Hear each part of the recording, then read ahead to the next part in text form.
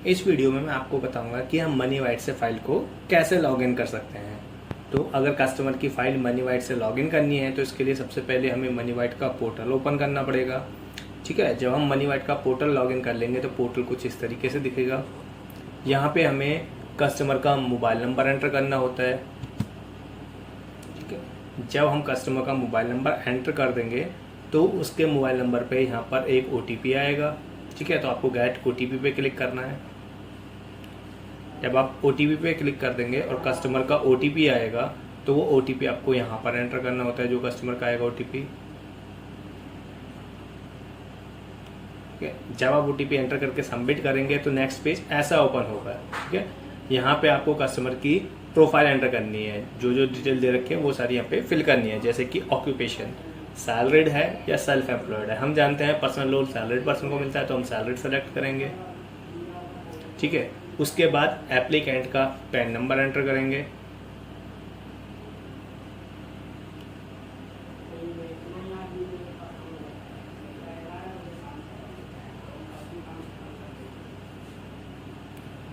Pan number के बाद date of birth, जो एप्लीकेंट की डेट ऑफ बर्थ है वो यहाँ पे सेलेक्ट करेंगे। ठीक है, उसके बाद नेट टेक होम सैलरी कितनी, यानी नेट सैलरी कितनी, ग्रॉस सैलरी में से सारा कुछ डिडक्ट होने के बाद जो सैलरी स्लिप में हमें यहाँ पे नेट टेक होम सैलरी दिखेगी वो हम यहाँ पे एंटर करेंगे। मान के चलिए हमारा वाला जो एप्लीकेंट है उसकी 18,000 नेट सैलरी है। अब यहाँ पे करंट का रेजिडेंस का पिन कोड एंटर करेंगे, यानी करंट में जहाँ पे रहता है वहाँ का पिन कोड। ठीक है, इसके बाद ईमेल एड्रेस, कस्टमर का जो भी ईमेल एड्रेस होगा वो यहाँ पे एंटर करेंगे हम।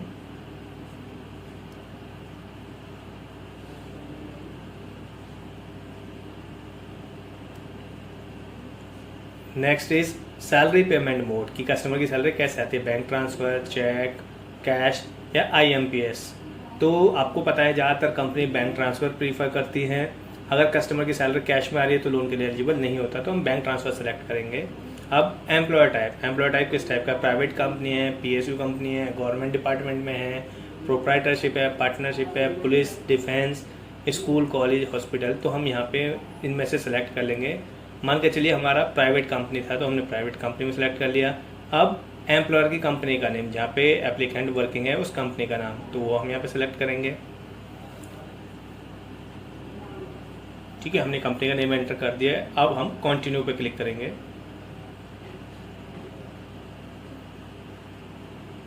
कंटिन्यू पे क्लिक करने के बाद डिटेल्स को फिर से रिकन्फर्म करने के लिए बोलेगा कि आपने जो डिटेल फिल करी है वो देख लीजिए, चेक है, अगर चेंज करना है तो मॉडिफाई, अदरवाइज कन्फर्म। ठीक है, उसके बाद ये आपको दिखाएगा कि एक ऑल्टरनेट मोबाइल नंबर बता दीजिए, जो आपका पैन नंबर लिंक है उसके अगेंस्ट में आप एक ऑल्टरनेट मोबाइल नंबर बता दीजिए। तो आप यहाँ पे ऑल्टरनेट मोबाइल नंबर एंटर करेंगे।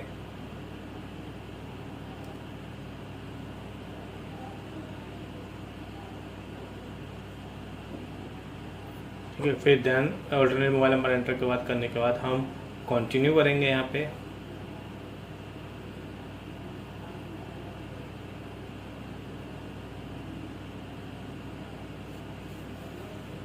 ठीक है, जैसे ही हम कंटिन्यू पे क्लिक करेंगे ये पेज को थोड़ा सा लोडिंग होगा और उसके बाद कुछ सेकंड्स का अपने पेज को ये लोड करता है। उसके बाद जो नेक्स्ट डिटेल हैं वो हमें फिल करनी होंगी।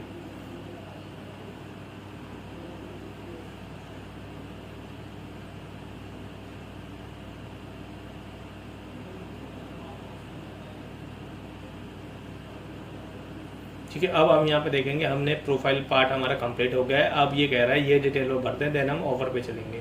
तो अभी पूछ रहा है करंट वर्क एक्सपीरियंस, की एप्लीकेंट जो है अभी करंट जिस कंपनी में वर्किंग है वहाँ पे उसको कितना एक्सपीरियंस है।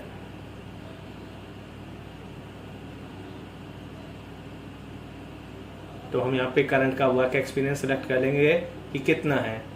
मान के चलिए हमारे सिनेरियो में एप्लीकेंट को 2 ईयर का एक्सपीरियंस था तो हम वो यहाँ पे सेलेक्ट कर लेंगे। ठीक है, उसके बाद टोटल वर्क एक्सपीरियंस कितना है, तो हमारे एप्लीकेंट को 7 ईयर का था तो हमने 7 ईयर के अकॉर्डिंग सेलेक्ट कर लिया। अब ऑफिशियल ईमेल एड्रेस, जो एप्लीकेंट का ऑफिशियल ईमेल एड्रेस है वो यहाँ पे आप एंटर करेंगे।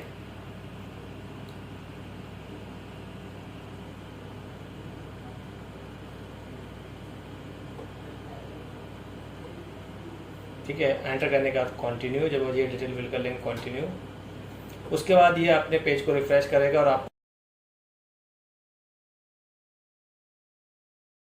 तो ये आपसे पूछेगा कितना लोन अमाउंट आपको चाहिए, वो लोन अमाउंट आप यहाँ पे एंटर करेंगे। सपोज मान के चलिए हमारे एप्लीकेंट को 1 लाख की जरूरत थी, तो हम यहाँ पे 1 लाख एंटर कर देंगे।